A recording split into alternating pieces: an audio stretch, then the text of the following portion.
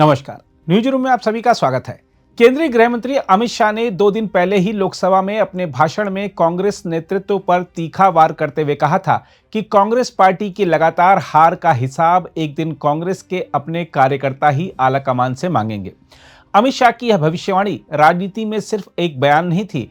आज की स्थिति देखकर लगता है कि वह सीधे कांग्रेस के भीतर फैलते असंतोष को भांप चुके थे, और हुआ भी वैसा ही। ओडिशा से कांग्रेस के वरिष्ठ नेता का पत्र आ गया, जिसमें पार्टी नेतृत्व पर गंभीर सवाल खड़े कर दिए गए, और उसी दिन शशि थरूर कांग्रेस संसदीय दल की बैठक से अनुपस्थित रहे, मानो पार्टी के भीतर उबलता लावा अब सतह पर फूटने लगा हो। हम आपको बता दें कि ओडिशा के पूर्व कांग्रेस विधायक मोहम्मद मुकीम ने सोनिया गांधी को पत्र लिखकर पार्टी के शीर्ष नेतृत्व पर सीधा निशाना साधा है। उन्होंने कहा है कि कांग्रेस की 100 साल पुरानी विरासत हाथ से फिसल रही है, और इसका कारण है नेतृत्व में स्पष्टता की कमी, संगठनात्मक ढीलापन और जमीनी कार्यकर्ताओं की उपेक्षा।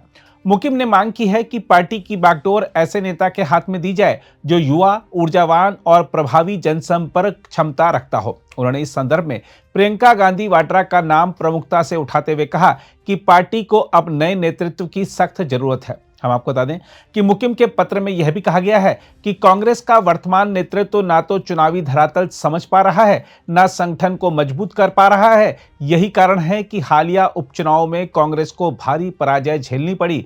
कई नेता और कार्यकर्ता दिशाहीन महसूस कर रहे हैं, और पार्टी धीरे धीरे अपनी राजनीतिक प्रासंगिकता खोती जा रही है। उधर बीजेपी ने इस मौके को हाथों हाथ लेते हुए दावा किया कि कांग्रेस में अब खुलकर 2 गुट बन चुके हैं, यानी टीम राहुल बनाम टीम प्रियंका। बीजेपी नेताओं का कहना है कि यह पत्र कांग्रेस के भीतर की उथल पुथल का सिर्फ एक नमूना है। असंतोष का असली स्वरूप इससे कहीं बड़ा है। बीजेपी नेताओं का कहना है कि कांग्रेस कार्यकर्ताओं में मोहभंग बढ़ रहा है, और वरिष्ठ नेता सार्वजनिक रूप से सवाल उठा रहे हैं। सीधा हिसाब कांग्रेस के कार्यकर्ता ऊब गए हैं। जिस तरह से उड़ीसा के विधायक मोहम्मद मुकीम ने श्रीमती सोनिया गांधी को खुला खत लिखकर जो सवाल उठाए हैं, ये सवाल देश की मीडिया लगातार उनसे करती रही है, लेकिन वो सुधरने को तैयार नहीं है।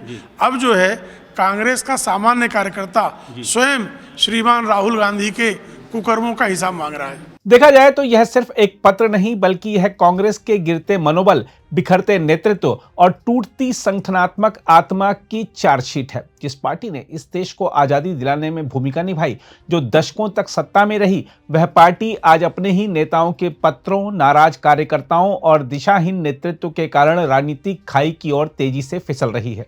कांग्रेस का संकट चुनावी नहीं, अस्तित्व का संकट है। नेतृत्व का सवाल अब सिर्फ रणनीति का मामला नहीं रहा, यह पार्टी की पहचान और भविष्य को सीधे चुनौती दे रहा है। जब एक पूर्व विधायक लिखता है कि सदियों की विरासत हाथ से निकल रही है, तो समझ लेना चाहिए कि बीमारी बहुत गहरी है। इन शब्दों में वह दर्द है जो कार्यकर्ताओं के दिल में वर्षों से जमा होता रहा है। सच्चाई यही है कि कांग्रेस आज नेतृत्व के निर्वात में फंसी हुई है। राहुल गांधी की शैली को पार्टी का एक बड़ा हिस्सा स्वीकार नहीं कर पा रहा, जबकि प्रियंका गांधी को नेतृत्व में लाने की मांग बढ़ती जा रही है। पार्टी का ऊपरी ढांचा जड़ हो चुका है, और जमीनी स्तर पर कार्यकर्ता दिशाहीन है। यह वही स्थिति है जिसे अमित शाह ने लोकसभा में इंगित किया था कि कांग्रेस की हार का हिसाब एक दिन कार्यकर्ता ही पूछेंगे, और आज वह दिन शुरू हो चुका है। अगर कांग्रेस अब भी यह सोचकर खुद को भ्रमित रखे कि यह सब आंतरिक लोकतंत्र का हिस्सा है, तो यह उसकी सबसे बड़ी भूल होगी। यह चेतावनी है, कड़क, साफ और तीखी। पार्टी को न सिर्फ चेहरे बदलने की, बल्कि राजनीतिक संस्कृति, संगठनात्मक अनुशासन और नेतृत्व मॉडल को बदलने की भी जरूरत है। बहरहाल, आइए आपको सुनवाते हैं केंद्रीय गृह मंत्री अमित शाह ने लोकसभा में क्या कहा था। और अगर ये मानते हैं मान्यवर, अगर ये मानते हैं कि इनको कोई पूछने वाला नहीं है, भगवान करे मैं गलत पड़ जाऊं, कांग्रेस के कार्यकर्ता इनका हिसाब मांगेंगे। एक दिन कांग्रेस के कार्यकर्ता इनका हिसाब मांगेंगे कि इतने चुनाव कैसे हार गए। अगर आप भी लेना चाहते हैं देश दुनिया की तमाम जानकारी, तो आज ही सब्सक्राइब करें हमारे चैनल को। साथ ही नीचे दिए बेल आइकन को जरूर दबाएं ताकि हर अपडेट आप तक पहुंच सके।